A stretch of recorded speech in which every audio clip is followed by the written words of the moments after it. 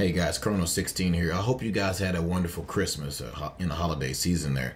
Now, I'm sure by now, most of you guys who are awake or paying attention have come to the conclusion that there's no way that North Korea hacked Sony Pictures. In fact, a major internet security company come out, investigated themselves and come out and said that there is no way that North Korea was responsible for this hacking over there from North Korea.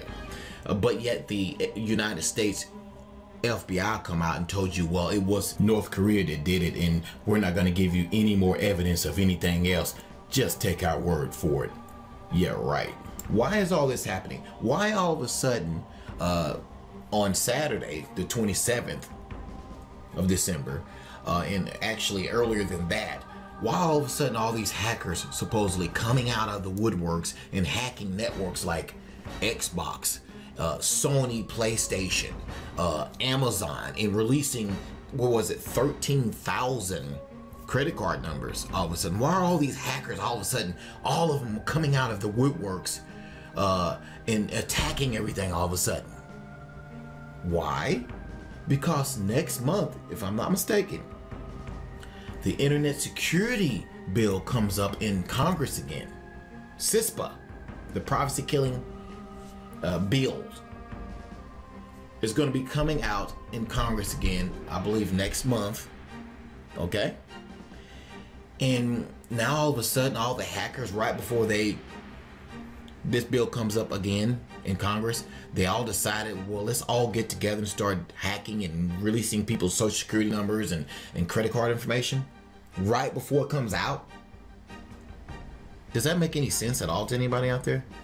I don't believe that's what's taking place. I believe that this whole ordeal, Sony, all of it, is being done by the NSA, being perpetrated purposefully, so they can come out and say, well, see, you need our help and you need us monitoring and tracking everything that you do to make you safe so this won't happen again.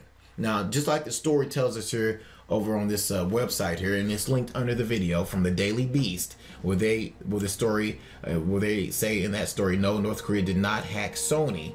They come out and say in this article that they posted on that website, blaming North Korea offers an easy way out for the many people who allowed this debacle to happen, from Sony Pictures management through to the security team that were supposedly defending Sony Pictures network.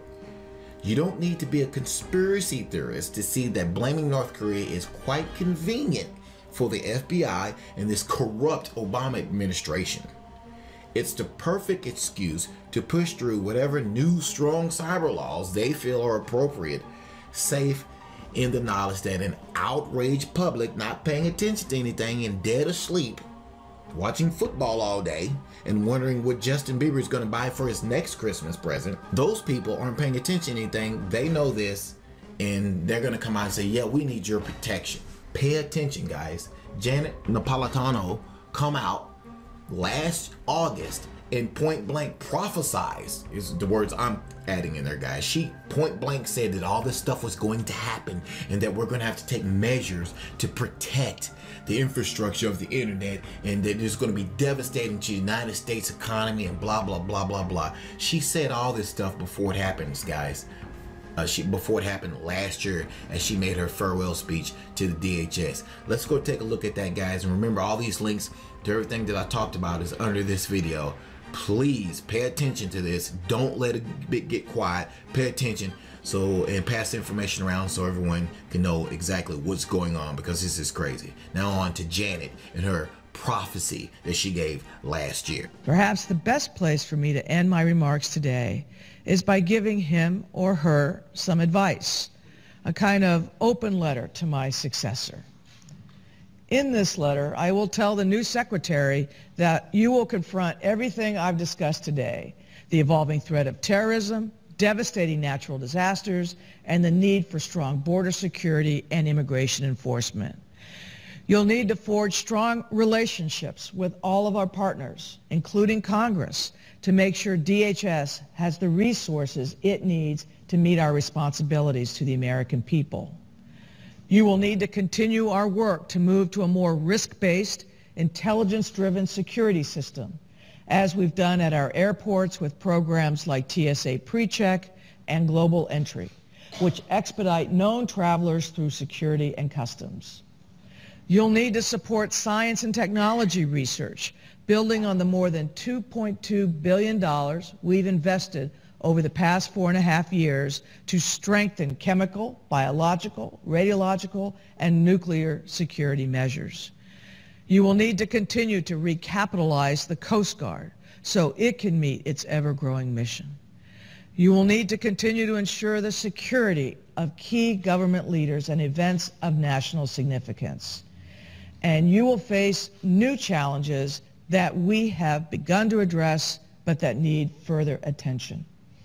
Our country will, for example, at some point face a major cyber event that will have a serious effect on our lives, our economy, and the everyday functioning of our society. While we have built systems, protections, and a framework to identify attacks and intrusions, share information with the private sector and across the government, and develop plans and capabilities to mitigate the damage, more must be done and must be done quickly.